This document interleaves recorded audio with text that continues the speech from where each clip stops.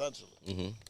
Nicole Ari Parker and Boris Kodjoe are married, and I thought the cool scroller. Nicole Ari Parker and Boris Kodjoe are married, and she was recently on social media saying that she misses the attention. It's that Dunkin' Donuts Nitro. He had that iced coffee. Nigga pissing like a Clydesdale.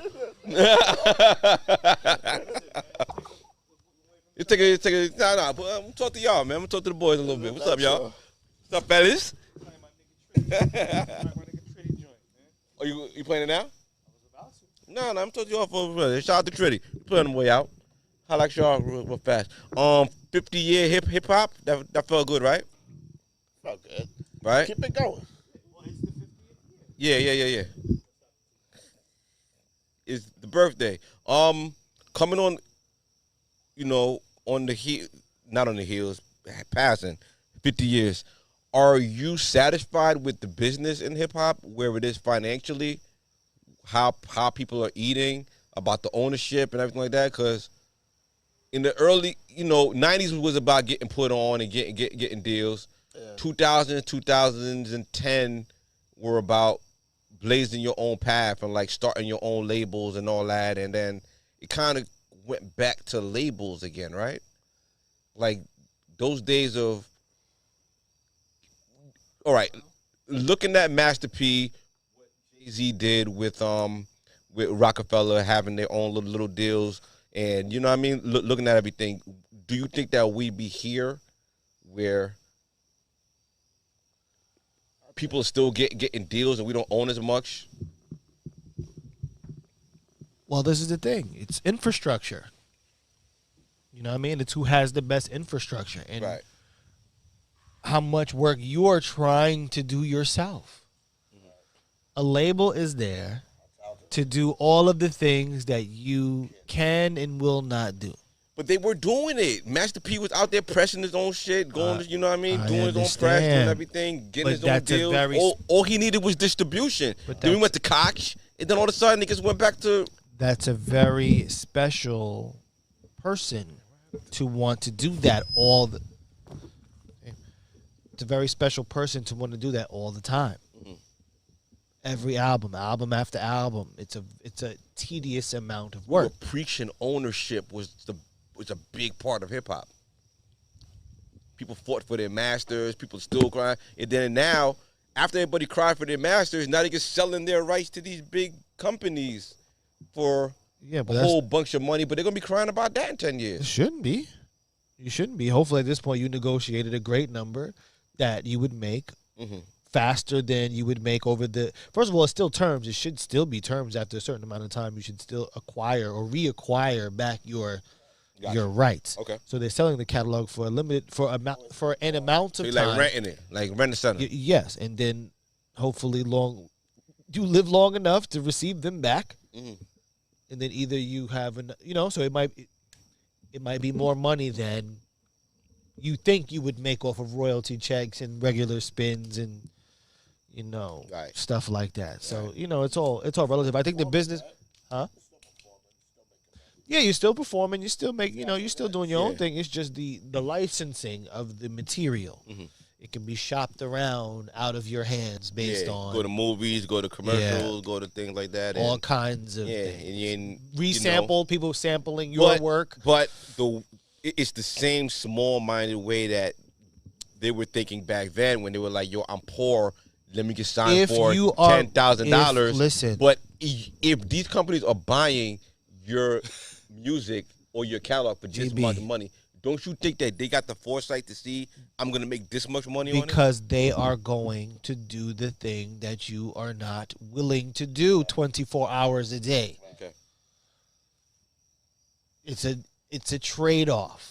It's the same reason why rappers signed for $10,000 back in the day. They got their advance because they didn't have the money. And the label, all they have to do is go and spit. You know what I mean? Go work with the producers. It's not about them having the. It's not about them having the money. It's about them having the manpower to do the smallest thing. Okay. For instance, okay, let's say you have the ability to shop your music to movie, scores for yes, things like video games, things like commercial licensing, and being on top of people who want to resample your work. Okay? Let's say you have the manpower to do that. Then you will probably maybe be less likely to do that. But now you also have to understand Reservoir Media. I'm going to use the company's name. God damn it, we're over here talking about ghosts. A company like Reservoir Media, for instance, the lady won frigging Executive of the Year 2 years ago. Her name is crazy.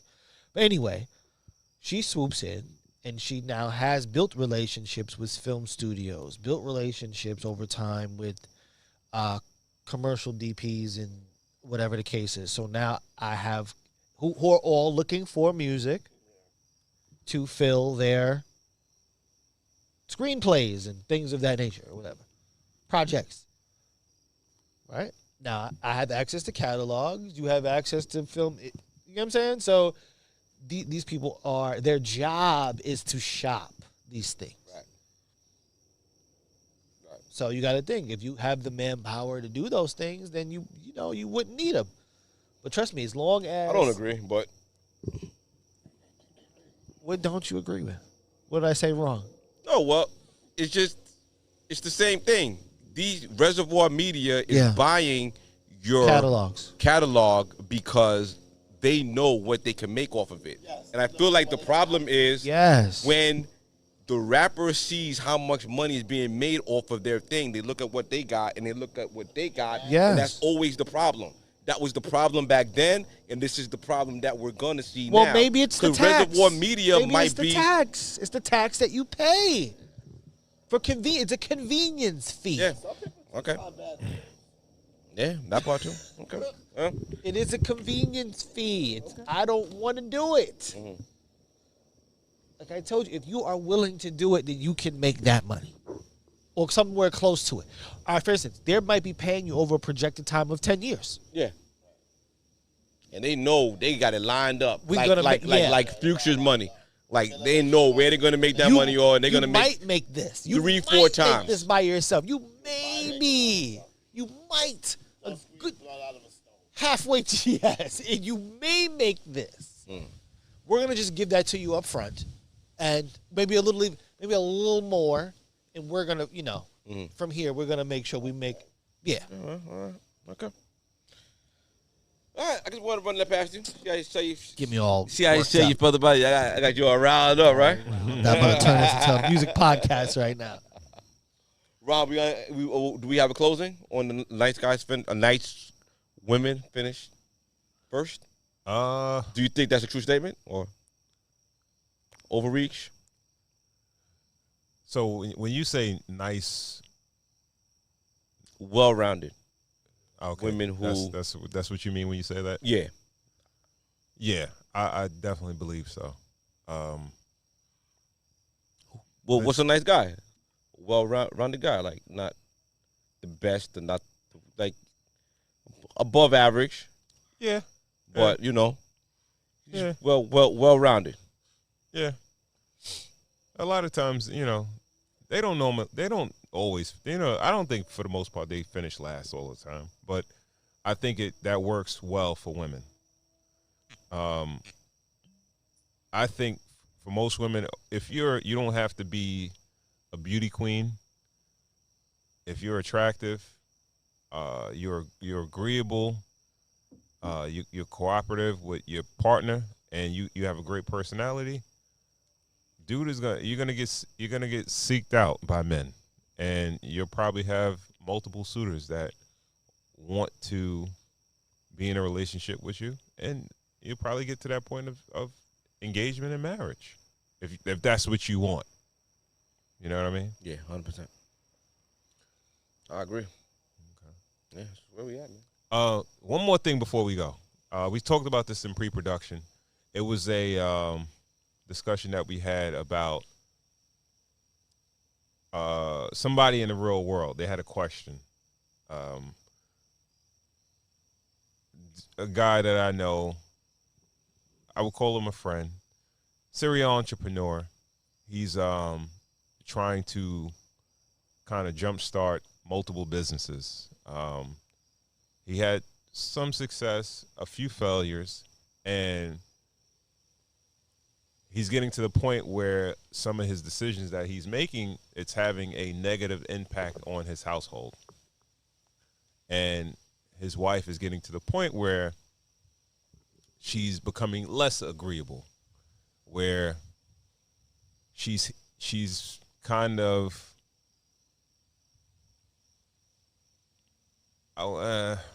lashing out, cursing him out about how things are going in their household. And he feels like he's losing control of leadership in the household. In a scenario like that, is it possible to gain that back? Need a little bit more context. Why is she disagreeing with his decisions? Some of the decisions that he's made, he's amounted a certain amount of, some debt. Kind of got them behind in a couple of situations as far as bills and things like that. Mm-hmm. And when you're saying serial entrepreneur, what does that mean? Well, he's trying to start a few different ventures At the same time? Sort of, kind of, yeah. Is he seeing anything through? If you would ask him, he's actively trying to see everything through. So he's kind of like spreading himself a little bit, He's a bit scattered. Maybe a little bit. Okay. He's a cluttered entrepreneur. That's what you call him? I wouldn't call it serial entrepreneur. I'd call it a cluttered entrepreneur, hoarder entrepreneur. It's too much going on. I feel like it's tough because he should be the leader of the household, because he was born with a dick, of course.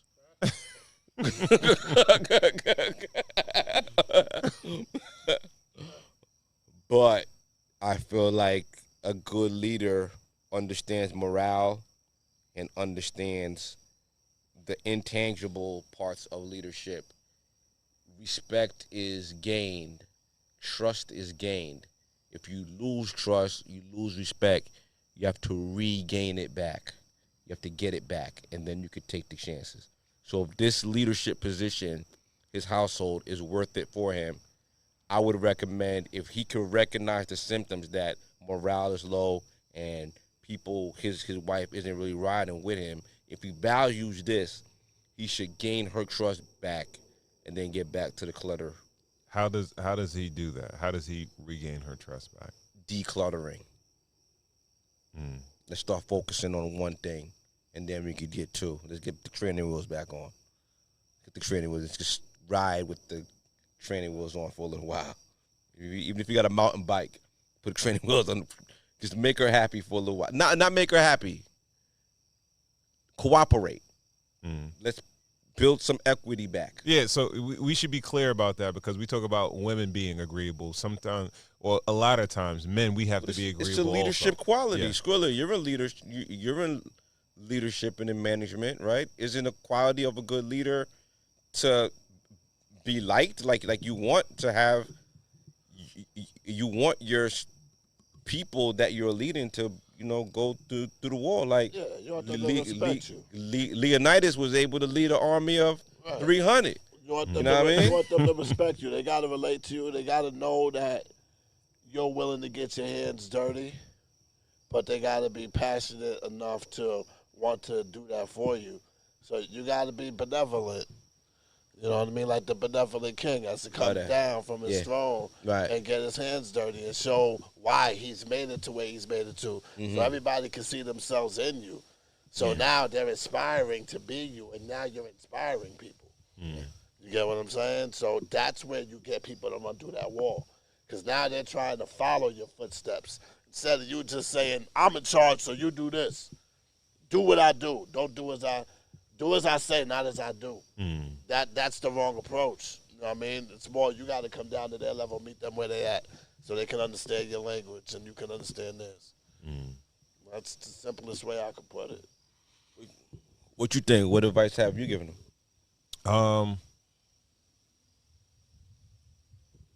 I tried to make him understand that his wife is living off experience, right? She's living through all of this. You know what I mean? She's seen a turn in their lifestyle, right? And she's just kind of making her adjustments where she can. You know what I mean? And one of the biggest things that I said to him is that it seems like when you're making these decisions about businesses, now you're using community money, right? It's not just your money, it's your household's money, right? So if it wins, they benefit. If it fails, they fail with you. It's your kids' college, it's your life insurance, it's the things that as a family and as a leader that you should be putting away for rainy days, if the roof goes bad, stuff like that. Yeah. Little savings, cushion, vacation money, money for like a little move or like a family investment or something like that. Stuff like that. It shouldn't be just constantly in the pot, just trying to figure out the new, get rich scheme. You know what I mean? So one of the biggest things with his situation is that while he's trying to spearhead these ventures, he's getting pushback from his wife, right? And his ideology is that, well, you're not an entrepreneur. I'm an entrepreneur, so you don't really know any better, right? So it's like you're telling me not to do this, or you're trying to caution me about doing this or that, but you don't really know because you're not an entrepreneur, right? So he doesn't want to take advice from her, right? So what happens in turn is when it goes bad, it's I told you so, right? And now when it comes to her kind of helping him out, trying to get the businesses off the ground, she doesn't want to help anymore. Because it's like, all right, you kind of, when I told you about this or I tried to give my input about that, you don't want to hear it. So you know what? I'm going to do my own thing. And now he can't understand why she's not aligned with him anymore. And I'm like, yo, she feels like she has no control in your relationship. So she's like, yo, she's going to buck. She wants to do her own thing because at least when she does her own thing, she has control of that. With you, she has no control, but you have control over her life because when you lose money or a venture doesn't go well, she suffers. Of course, yeah. And I think it's very important as husbands, as boyfriends, whatever you are, whatever relationship you're in, we need to listen to our significant others, right? Sometimes they could kind of spare us from heartache and pain. You know what I mean? And they know us. They know why we take. They know if we're making an emotional decision. They know, it's good counsel. It's counsel. Absolutely. Everybody takes counsel. Mm-hmm. Even the king, you said, he takes counsel. Yeah. Like leaders have counsel. Yeah, they run things past it. Yeah, and he said being benevolent. Yeah. Benevolent. Mm-hmm. So, yeah, and I was just telling him, like, yo, you need to kind of like take heed to what she's saying. Take her ideas. Take her whatever her criticism is, whatever she feels like, whatever she's feeling, take that into account when you're doing things in the future. Dog, even if you don't even use, even if you just yes her to death, just you're like, yeah, oh, yeah, we're going to do all that. You think it's going to do what she's going to do?